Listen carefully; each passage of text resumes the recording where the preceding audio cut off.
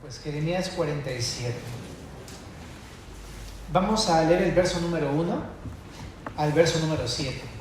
Dice así: palabra de Jehová que vino al profeta Jeremías acerca de los filisteos, antes que Faraón destruyese a Gaza. Así ha dicho Jehová: he aquí que suben las aguas del norte y se harán torrente, inundarán la tierra y su plenitud, la ciudad y los moradores de ella, y los hombres clamarán y lamentará todo morador de la tierra por el sonido de los cascos de sus caballos, por el alboroto de sus carros, por el estruendo de sus ruedas. Los padres no cuidaron a los hijos por la debilidad de sus manos. A causa del día que viene para destrucción de todos los filisteos, para destruir a Tiro y a Sidón, todo aliado que le queda todavía. Porque Jehová destruirá a los filisteos al resto de la costa de Caftor. Gaza fue rapada, Ascalón ha perecido, y el resto de su valle, ¿hasta cuándo te sajarás? Oh espada de Jehová, ¿hasta cuándo reposarás? Vuelve a tu vaina, reposa y sosiégate. ¿Cómo reposarás? Pues Jehová te ha enviado contra Ascalón y contra la costa del mar. Allí te puso. Bueno, en esta sección, te recuerdo, es ya prácticamente la última parte de Jeremías, ¿no? Y en esta sección habla del juicio contra las naciones. La semana pasada comenzó esta sección desde el capítulo 46 hasta el 51. Entonces vimos cómo pronunció un juicio en contra de Egipto, ¿te acuerdas? La semana pasada. Pero el día de hoy tenemos el juicio contra los filisteos, la ciudad de Filistea. Entonces es importante como recordar quiénes eran los filisteos, más recordados aquí entre los envíos como los filisteos, ¿no? Porque en verdad se portaban bien feo. Entonces creo que es bueno como mencionar un poquito que cuando Josué, en la época del libro de Josué, cuando Josué entró a la tierra prometida, digamos, llevando a todo el pueblo a tomar posesión de la tierra prometida, estaban estos enemigos en la tierra de Canaán, que era la tierra que Dios le había prometido a Abraham y a Isaac y a Jacob y a toda esta familia de Israel, ¿no? Entonces desde ahí estaba esta ciudad de Filistea, estos moradores. Pero no empezaron ahí la existencia de los filisteos. Esto viene desde Génesis, capítulo número 10. Ahí lee la descendencia de Noé. Y cuando dice de Noé, también dice que tuvo a Cam. Y Cam tuvo a un hombre llamado Misraim. Y Misraim a uno llamado Casluhim. Y precisamente lo cito porque de Casluhim vienen los filisteos. Ese es el papá de los filisteos.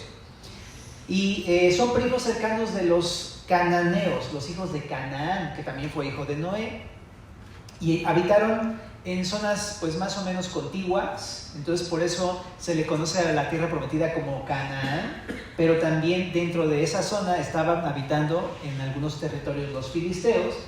Algunos piensan incluso que exactamente se refiere a Creta y la franja de Gaza el día de hoy, ¿no? En aquel tiempo tenía otros nombres. Ascalón, por ejemplo, también se le nombra Gaza, y ¿cómo se llama? Y ciudades así cercanas a esta región. Entonces eran las zonas que ocupaban, ¿ok?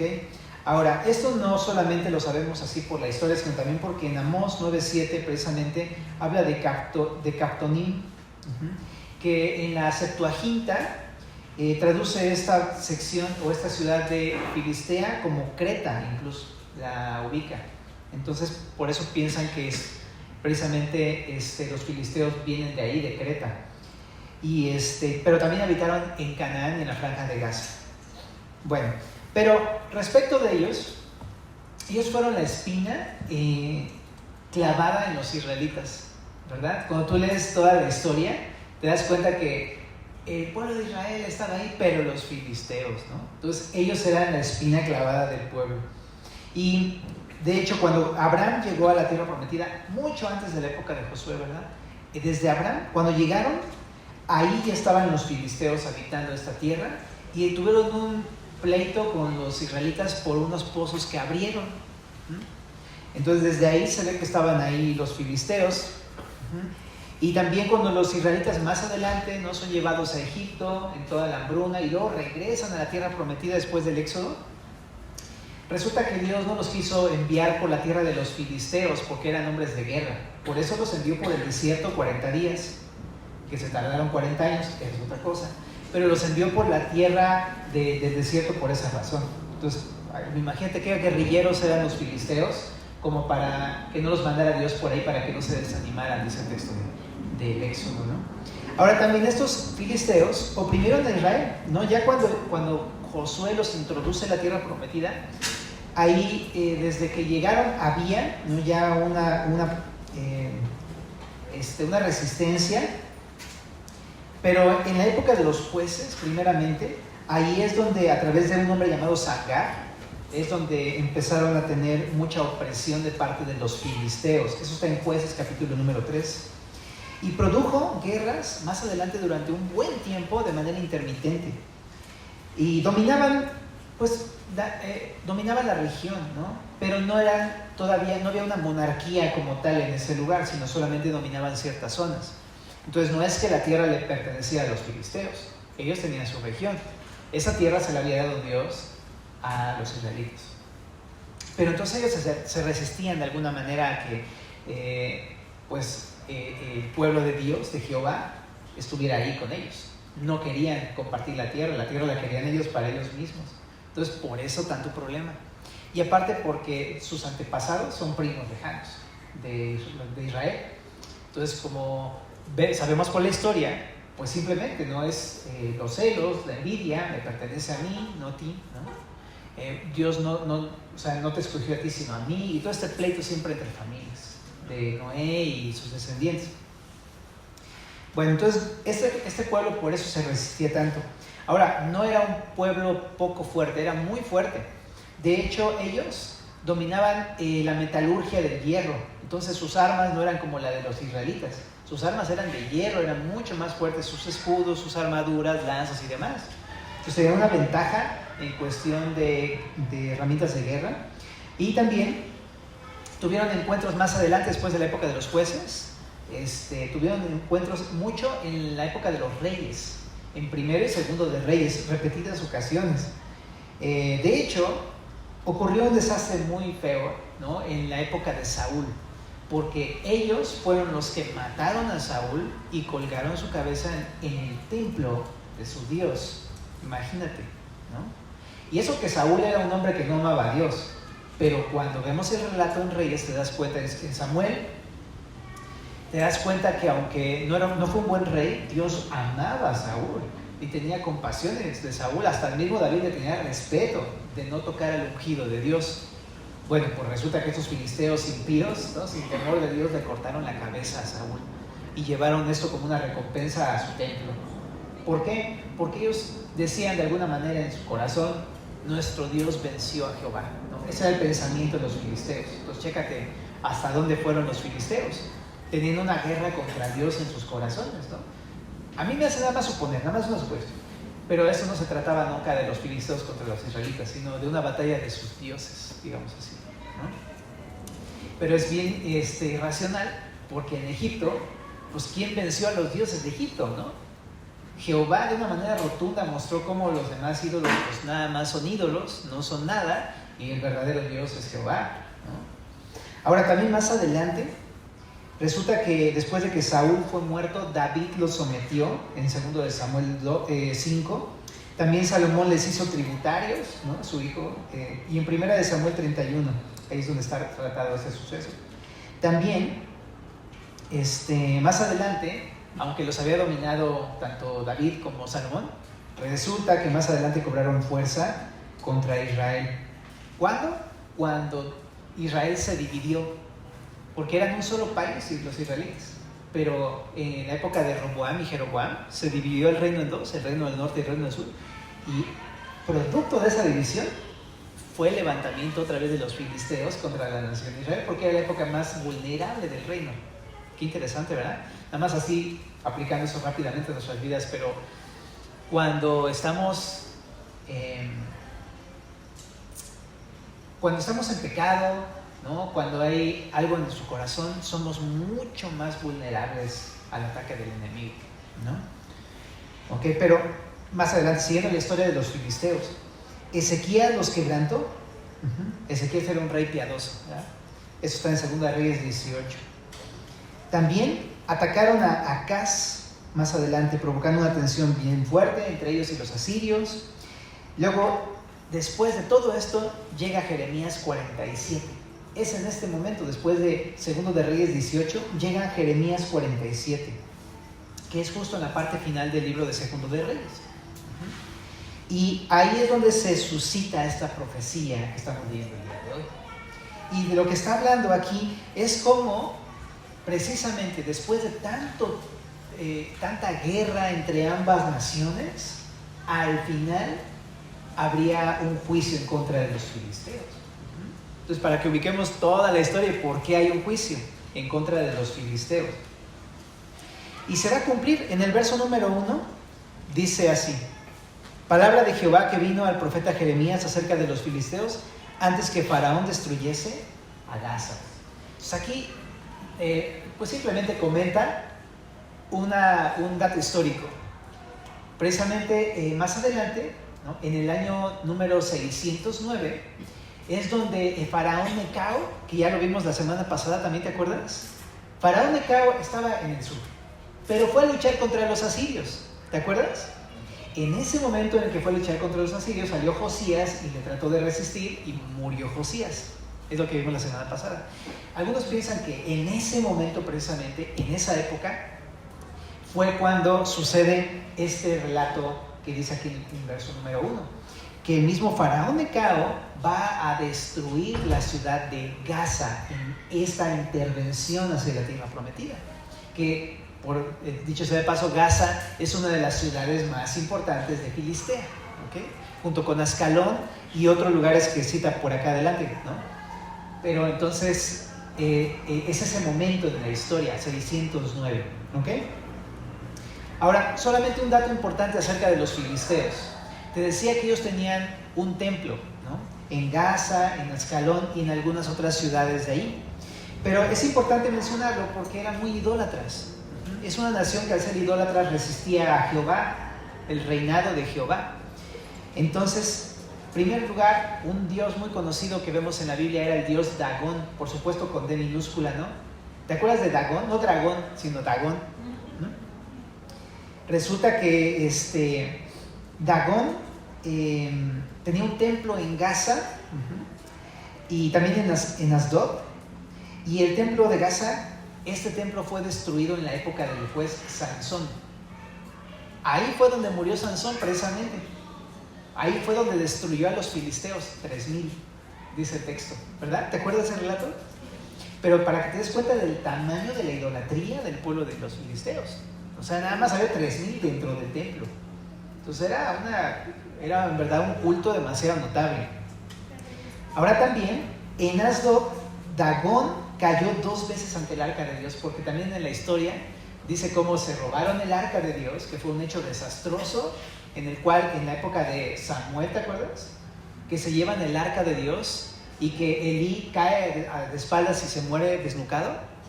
Bueno, pues se llevaron el arca de Dios allá, a Filistea, y no lo hubieran hecho, ¿verdad? Porque les fue terrible. Una de las cosas que pasaron aquí, en cuestión de este Dagón, resulta que llevan el arca del pacto de Dios, el lugar donde Dios descendía en el tabernáculo. Lo llevan como ofrenda a su dios Dagón, y acto seguido ves a Dagón postrado delante del arca. Y después lo vuelven a levantar, y después vuelve a caer Dagón postrado ante el arca, y se le rompe la cabeza y los brazos y las extremidades, y lo tienen que pegar otra vez y lo ponen ahí levantado. Como Dios hace, pues así, ¿no? Muestra muy claramente quién es el que manda ahí, ¿verdad? Bueno, pero estos son los filisteos precisamente. Y también en Primera de Reyes 18 es muy interesante porque también había un dios en toda la región de Canaán que también era un dios adorado por los filisteos, que era el dios Baal, que todos conocemos porque era uno de los más sonados en el Antiguo Testamento, ¿verdad? Que era dios de muchas cosas, pero prácticamente se le llamaba Señor a Baal, porque tenía el dominio sobre el clima, el sol, los cultivos y varias cosas, ¿no? La lluvia incluso. Pero entonces, ese era uno también de los dioses que adoraban. Y en Primero de Reyes 18, en la época de Elías, él fue el que estuvo confrontando a los sacerdotes de Baal Y los sacerdotes de Baal se sajaban con cuchillos para clamar e invocar a su Dios y que descendiera el fuego del cielo, y no lo hizo. Porque nada más pues no existe Baal, ¿verdad? Entonces ahí otra vez Dios deja en evidencia quién es el verdadero Dios. Bueno, pues estos son los filisteos, ¿va? Y estamos en la época de Faraón Necao, cuando sube a hacer guerra contra Asiria, se topa con Josías, lo mata y destruye Gaza. Estamos en esa sección. Un pueblo idólatra que se rechazaba el dominio de Dios sobre ellos. Ahora, verso número 2. Así ha dicho Jehová: he aquí que suben aguas del norte y serán torrente, inundarán la tierra y su plenitud, la ciudad y los moradores de ella, y los hombres clamarán y lamentará todo morador de la tierra. Entonces aquí habla acerca de cómo un cumplimiento más adelante. Dios hace un juicio en contra de los filisteos, pero algo que dice que sucede es que van a venir como aguas, van a subir aguas del norte. Entonces aquí habla de otra invasión que también van a tener más adelante los filisteos, que se cumplió históricamente. No solamente los atacaron los egipcios, sino que en el año 604, 5 años más adelante de la invasión de Egipto, vinieron los babilonios, y los babilonios también colaboraron con la destrucción definitiva de los egipcios, ¿va? De los filisteos. Entonces a eso se refiere el verso 2 cuando dice que subieron aguas del norte. Esos son los babilonios. Y bueno, dice aquí que inundaron la tierra. Es como, pues has visto las inundaciones de las noticias, ¿no? Arrasan con todo. Y es precisamente lo que pasó con los filisteos. Bueno, y dice aquí que los hombres clamarían y se lamentarían, y todo morador de la tierra también lo haría, ¿no? Cuando habla de la tierra, evidentemente no habla del planeta Tierra, sino de esta región de Filistea. Bueno, también aquí, cuando habla de que iba a inundar la ciudad y los moradores de ella, también hace referencia, por supuesto, a las ciudades importantes de Filistea, Gaza, Ascalón, pero también hace referencia a todos los aliados de los filisteos. Más adelante lo vamos a ver como Tiro y Sidón, por ejemplo. Bueno, también se refiere a Fenicia y Filistea, no solamente como tal a la ciudad de Filistea. Bueno, pero sigamos el verso número 3. Por el sonido de los cascos de sus caballos, por el alboroto de sus carros, por el estruendo de sus ruedas, los padres no cuidaron a los hijos por la debilidad de sus manos. A causa del día que viene para destrucción de todos los filisteos, para destruir a Tiro y a Sidón, todo aliado que les queda todavía, porque Jehová destruirá a los filisteos, al resto de la costa de Caftor. Entonces aquí habla, dice que por el sonido de los cascos los padres no cuidaron a los hijos, ¿no? Toda esa descripción. Habla de que al oír, ¿no?, el sonido del ejército de los enemigos, específicamente quizá del ejército de los babilonios, dice que los padres abandonaron a sus hijos. Habla acerca del terror de la invasión de los babilonios. Iba a ser tal que hasta iban a abandonar a los hijos. Y tú dices, ¿cómo puede ser, no, eso? Pues imagínate de qué tipo habría sido la invasión con tal violencia que incluso lo hicieron. Bueno, de por sí era una nación que entregaba a sus hijos a ser quemados ante sus dioses, ¿no? Entonces no es como que los amaran demasiado, pero de todas maneras era una nación que vio un terror ahí con los babilonios. Porque a propósito, ¿no? ¿Te acuerdas que sacrificaban a sus hijos y se los entregaban quemados a estos ídolos? Esos eran los filisteos, para que no pienses que Dios es injusto en cuanto a sus juicios. Bueno, en el verso número 4 dice que entonces iban a destruir también a sus aliados, Tiro y Sidón, y no es el hombre, no es Babilonia, no es Egipto, es Jehová. Es una de las cosas que nos dice el texto. Si hubo una destrucción de un imperio tan grande como los egipcios, fue Dios. Nos deja ver este juicio. Ahora, en el verso número 4 también nombra a la costa de Caftor. Caftor es Creta, ¿ok? Así de manera muy sencilla, es lo que muchos piensan. Y en el verso 5 continúa, dice, Gaza fue rapada. Bueno, Gaza te decía que era una de las ciudades más importantes de los filisteos, dice que fue rapada, en un sentido metafórico, en el sentido de que cuando te rapabas era una señal de luto o de dolor. Entonces es lo que está viendo por la destrucción de esta nación. Y dice aquí, Ascalón ha perecido y el resto de su valle. Entonces iba a haber muerte, ¿verdad? Pero no solamente en Gaza, sino también dice en el resto de su valle. Ahora está muy interesante porque esta frase, el resto de su valle, el resto del valle de Gaza, todo este valle de esta zona, también correspondía a una región en aquel tiempo llamada la región de los anaseos. Y tú dices, ¿y eso qué? Bueno, pues los anaseos eran conocidos en la historia porque ahí habitaban gigantes.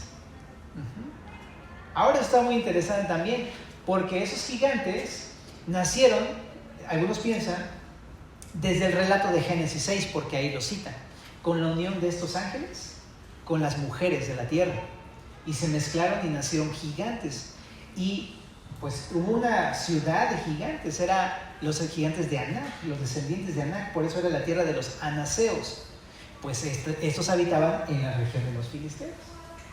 Por eso es que en la época de David, cuando David fue y atacó a los filisteos, ¿con quién luchó? ¿Te acuerdas? Con Goliat. Era el paladín de los filisteos y era un gigante. Entonces, Goliat era uno de estos, pero más adelante están los valientes de David y uno de ellos derrotó también a un gigante, ¿verdad? Y de hecho, era la tierra de los gigantes, como la serie esta, ¿no? Y entonces, fíjate, ¿no? Dios hizo un juicio contra todo eso, no solamente contra los hombres de la tierra, sino contra, digamos así, los descendientes de esta comunidad angelical, demoníaca, que se había levantado en contra del Señor. Bien. Y les pregunta, ¿hasta cuándo te sajarás? ¿Te acuerdas que ahorita mencionamos que Elías confrontó fuertemente y dejó en evidencia y en ridículo a los profetas de Baal? Porque ellos, aunque se sajaban y se cortaban con cuchillos y decían ahí sus oraciones a Baal para invocarlo, no les respondió. Eso es precisamente una cita a este tipo de idolatría de los filisteos. Le está diciendo, o sea, ¿hasta cuándo te vas a seguir sajando? Lo que está diciendo es, ¿hasta cuándo vas a dejar de negarme? De estar en rebelión conmigo y vas a estar dedicando tu vida y tus sacrificios a tus propios ídolos. Es lo que está preguntando a esta nación. Entonces, ¿qué veo detrás de esto? Que Dios no está juzgando a esta ciudad porque odiara a esta ciudad. Creo que su intención con esta pregunta es, ¿hasta cuándo se van a arrepentir? ¿No? Detrás de esto veo cómo Dios, aunque va a traer un juicio contra las naciones, no quiere juzgar a las naciones, ¿no? De repente uno pensaría en el pensamiento del día de hoy, ¿cómo que Dios está juzgando a las naciones? ¿Odia a las naciones? La respuesta es no. ¿Te acuerdas que lo dijimos la semana pasada? No, Dios ama a las naciones y Él está intentando rescatar a las naciones y está intentando usar a su pueblo Israel para alcanzar a las naciones, cosa que dijimos la semana pasada que como no pudieron, no lo hicieron, no fueron luz a las naciones, entonces vino Jesús y gracias a Jesús nació la iglesia, ¿verdad? Y la iglesia son los encargados de esa labor. Pero entonces vemos, mi punto es, Dios está preguntando hasta cuándo se van a arrepentir. Bueno, y dice en el verso 6, oh espada de Jehová, ¿hasta cuándo reposarás? Vuelve a tu vaina, reposa y sosiégate. ¿Cómo reposarás? Pues Jehová te ha enviado contra Ascalón y contra la costa del mar, allí te puso. Lo último que dice es que pues ellos no se van a arrepentir y que por lo tanto pregunta, ¿cuándo vas a descansar, espada de Jehová? Lo que está diciendo es, viene el juicio y va a haber un juicio total sobre toda la nación de Filistea. Y no va a descansar hasta que termine por completo con todos los moradores de Filistea. Está al final diciendo simplemente que Dios va a juzgar porque no se arrepintió. Bueno, entonces ahí es lo que vemos en el texto de esta noche, ¿vale? Entonces hemos acabado, pero hay varias cosas importantes que se desprenden para nosotros también. Un texto más, sí es cierto, que tengo que decirlo porque si no voy a quedar con la espina. Una persona que es de Filistea, que es muy conocida, es Dalila. ¿Te acuerdas de Dalila? Dalila es la mujer que engañó a Sansón, lo embriagó y debido a ella le cortaron el pelo a Sansón, perdió su fuerza y todo eso, ¿te acuerdas? Entonces lo que demuestra simplemente es cómo esta nación también propició el extravío de la nación de Israel con su influencia hacia la nación de Israel. De hecho, la palabra Dalila, ¿sabes qué significa? Coqueta. Eso significa, me llamó mucha atención, significa veleidosa. Bueno, nada más te lo quería decir porque creo que es un dato importante para nosotros. ¿Okay? Ahora, ¿qué podemos aprender para nosotros a través del texto? ¿No? Primeramente, concretar que si Dios está trayendo un juicio a Filistea es porque, número uno, resistieron ante Dios. Dios no quería la destrucción de Filistea. Dios quería cautivar a los filisteos y que conocieran al Dios de Israel gracias a la presencia de Israel en la tierra prometida. Qué triste es que lo vieron como una amenaza para sus vidas, ¿no? En primer lugar. Entonces creo que de eso podemos aprender que de repente vemos a Dios más que como una bendición, una amenaza. ¿Por qué? Porque queremos el reino para nosotros mismos, ¿no? Y si algo está como haciendo peligrar el reino en mi propia vida, mi propio reino, digo no. O sea, desecho a Dios, me rebelo contra Dios, no estoy de acuerdo por eso, ¿no? Porque en mi corazón no quiero que Él entre y gobierne mi vida porque se va a acabar eso. Es real, ¿no? Cuando Dios quiere entrar a nuestras vidas se va a acabar nuestro reino, va a empezar su reino. Pero me pregunto entonces, ¿qué cosas serán aquellas por las cuales rechazamos a Dios? ¿No? Aquellas cosas con las que yo estoy de alguna manera resistiendo a que el reino de Dios obre en mi corazón. Y si te das cuenta, entonces no somos tan distintos de los filisteos. Porque hay cosas que identificamos en nuestras propias vidas que sí estorban a que Dios reine. Y puede ser un ídolo, por ejemplo, ¿no? Puede ser idolatría, como en el caso de los filisteos. Algo que esté ocupando el lugar de Dios y que Dios diga, quiero entrar y quiero quitar eso. Y tú digas, no. No quiero. Y como no quiero, entonces prefiero desechar a Dios antes de quitar ese ídolo de mi vida. Entonces, ¿qué puede ser ese ídolo, verdad? Bueno, entonces creo que es bueno como identificarlo si hay un ídolo en mi corazón que esté estorbando para que Dios reine ahí. Si Dios viniera, nada más imagínate, si Jesús se parara enfrente de ti, ¿con qué cosa estaría incómodo en tu vida? ¿Con qué cosa estaría en desacuerdo contigo? ¿Qué cosa te diría, esto no lo has quitado y por eso no puedo entrar en tu corazón? No puedo gobernar en tu vida porque todavía sigues abrazando esto. Y Él es tan lindo, tan caballero, tan respetuoso que va a decir, no voy a entrar hasta que tú decidas lo contrario. Bueno, por un lado. Por otro lado también, ¿sabes qué? Dios no viene a condenarnos. Porque no vino a condenar a la nación de Filistea primeramente, sino que Él quería que se arrepintieran de su idolatría, de su Dagón, de su Baal y de toda la rebelión que tenían en contra de Dios. Entonces, qué increíble que cuando Dios llega a nosotros, no viene a condenarnos, pero sí espera un arrepentimiento. Y eso es lo que quiero preguntar esta noche, ¿no? Como se los dijo al pueblo de Israel, ¿hasta cuándo? ¿Hasta cuándo? Y la pregunta es así, ¿no? Dice, ¿hasta cuándo vas a sajarte? ¿Hasta cuándo vas a estar sufriendo porque tú solamente estás abrazando tu pecado? ¿Hasta cuándo vas a hacerlo? ¿Hasta cuándo vas a seguir lastimándote y ofrecer tus sacrificios a alguien que no es Dios? Que probablemente el más grande ídolo del día de hoy es uno mismo. ¿Hasta cuándo? Y es una pregunta también, ¿no? Que nos tenemos que hacer.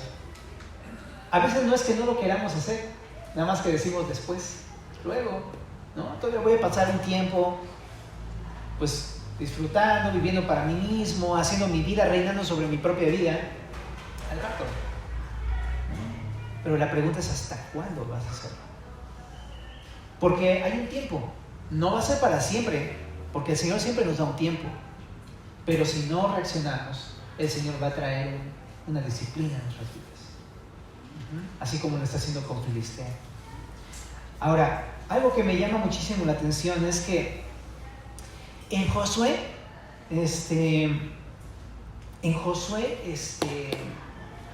vemos cómo Josué introdujo a la nación de Israel a la tierra prometida. Y cuando estudiamos Josué, no sé si alguna vez lo estudiaste allí en San Antonio, que espero algún día poder estudiarlo aquí junto con ustedes, que es un libro maravilloso. Pero la tierra prometida es un tipo o por decirlo de otra manera, un símbolo de la vida en el Espíritu. De cómo el creyente, ¿no?, al ser alcanzado por Dios, es llevado a una vida completamente nueva, pero ya no gobernada por su propia carne, sino gobernada por el Espíritu de Dios. Y en la vida de la tierra prometida simboliza eso, cómo el Espíritu empieza a gobernar sobre nuestros corazones. Y hay batallas y todo, pero esa es la lucha, dejarme gobernar por el Espíritu. Eso es lo que simboliza la tierra prometida. Ahora, llevando esta analogía a Jeremías 47, ¿sabes qué nos enseña? Precisamente nos enseña que en nuestro intento de que el Espíritu gobierne sobre nuestras vidas, hay enemigos en nuestras vidas. ¿Y cuál es nuestro enemigo principal? No son los de afuera, es nuestra propia carne.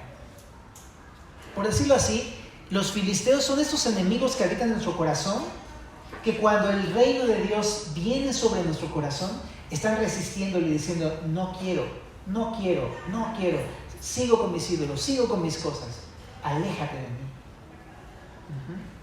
Entonces, en ese sentido, creo que podemos aprender de que el enemigo no está afuera. Qué increíble, ¿verdad? Porque muchas veces en el mundo es, o sea, Dios, cuídame de mis enemigos, ¿no? Y pensamos, el enemigo está allá, no es mi esposo, es mi esposa, son mis hijos, es mi vecino. Pero no. ¿Verdad que el enemigo, dice Jesús, que viene del corazón? El corazón es engañoso, ¿no?, más que cualquier otra cosa. Del corazón nacen los hurtos, las envidias, las fornicaciones, los adulterios, todos estos ídolos que se rebelan contra Dios, del corazón. En otras palabras, el enemigo más real y más intenso es yo mismo, mi carne, mi condición, que abraza ese pecado y no lo quiere soltar. No es el de enfrente, no es el de al lado, soy yo en el espejo, soy yo el enemigo.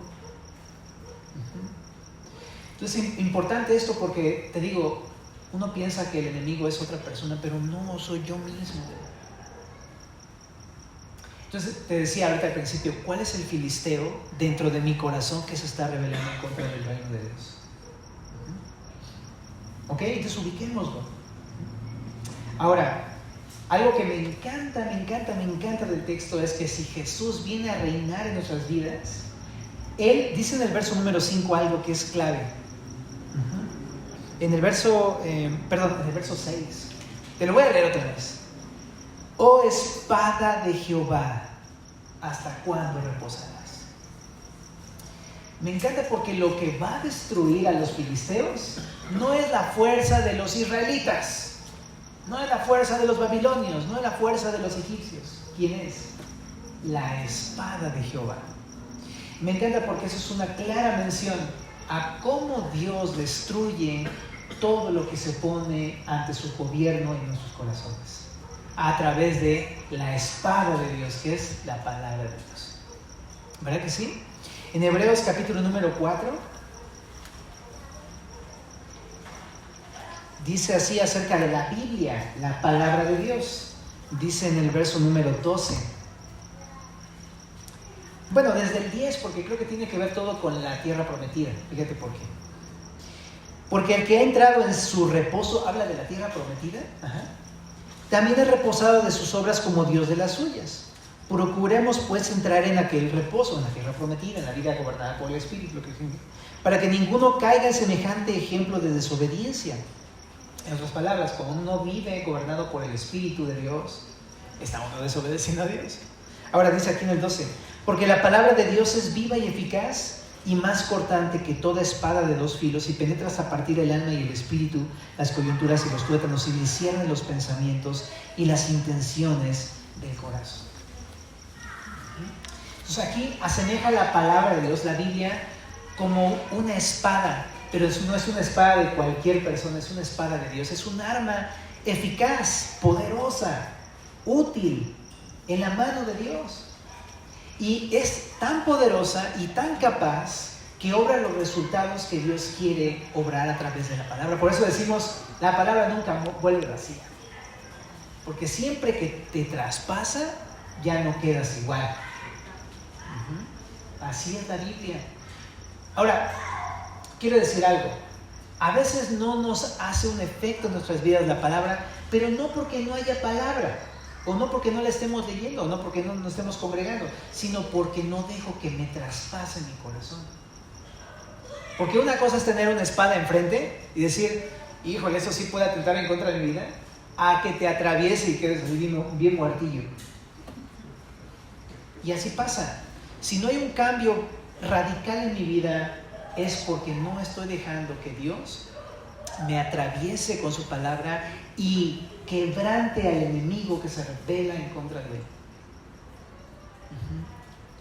Y es algo que Dios no nos va a obligar. Me encanta porque eso no es como, no me importa, ¿qué opinas? Ahí te va y rájale, ¿no? Y te atraviesa, ¿no? No.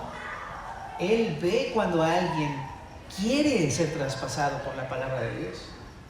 Y cuando uno le dice, Señor, haz una obra con tu palabra, ya no aguanto el filisteo que llevo dentro, por favor, ya acaba con eso, por favor.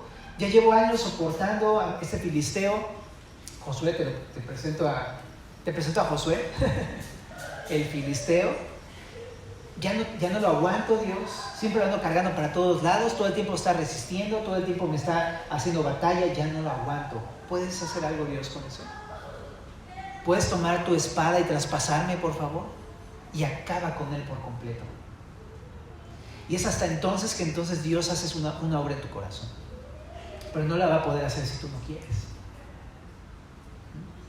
Entonces, esa es una invitación para que si tú no ves un cambio en tu vida y dices, es que ni siquiera lo siento ni lo quiero, primero reconoce que necesitas eso.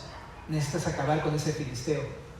Número 2, permítele a Dios que te traspase con su palabra. Y es una cuestión de actitud.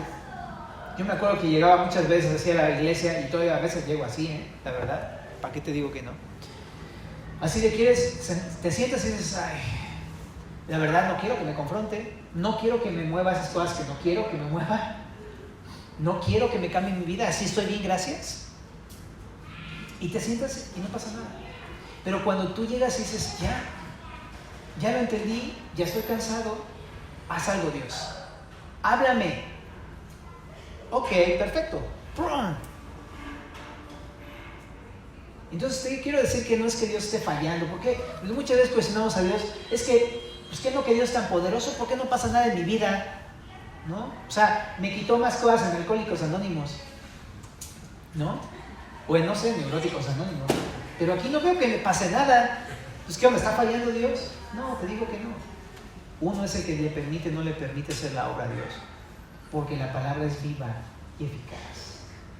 Viva y eficaz. Y más cortante que toda espada. Cualquier remedio se queda mocho, queridos hermanos. Porque los demás remedios, demás recursos de cómo transformar tus vidas, solamente, ¿sabes lo que hacen? Te hace cuenta que te medio peinan y medio te limpian la cara. Pero la espada de la palabra te traspasa hasta las coyunturas y los tuétanos y discierne los pensamientos y las intenciones del corazón.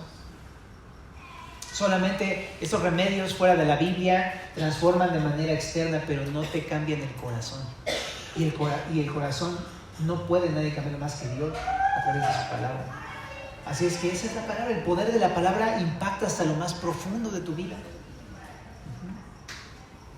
Y así, ¿no? Es como cuando te operan, ¿no?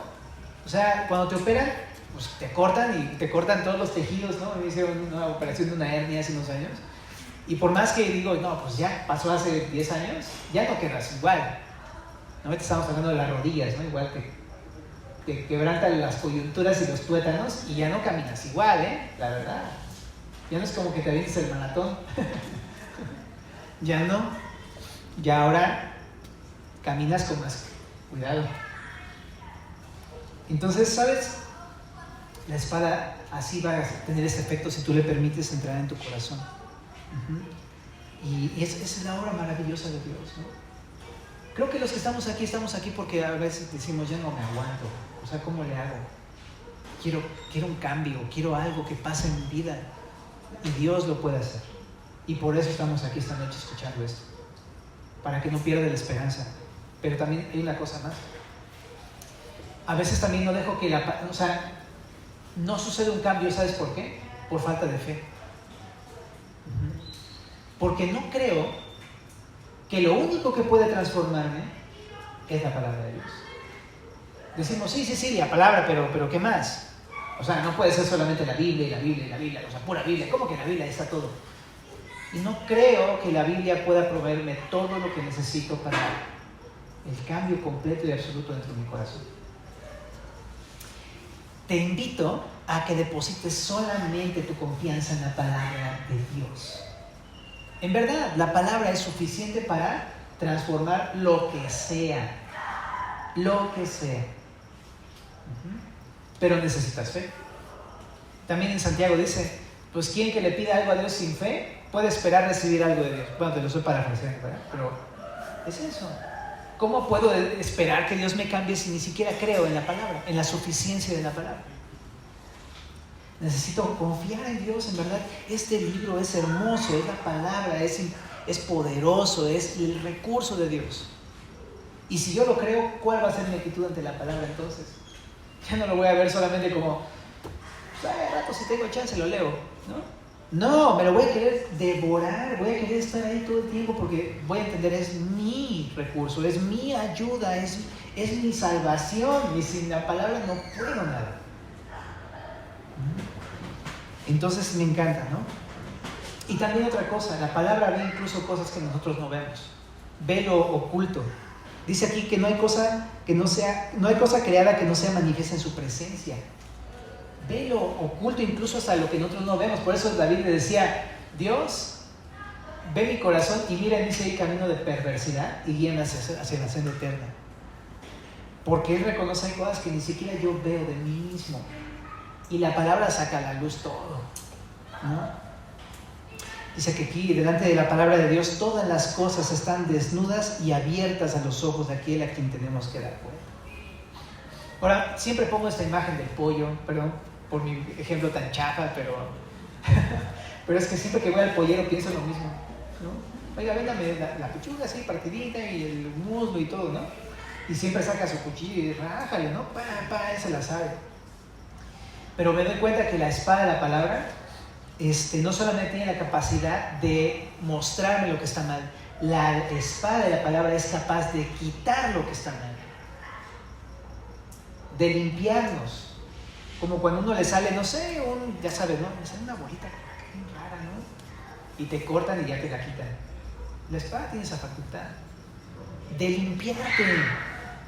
No solamente te examina, te limpia, te quita eso. Y eso es lo que necesitamos.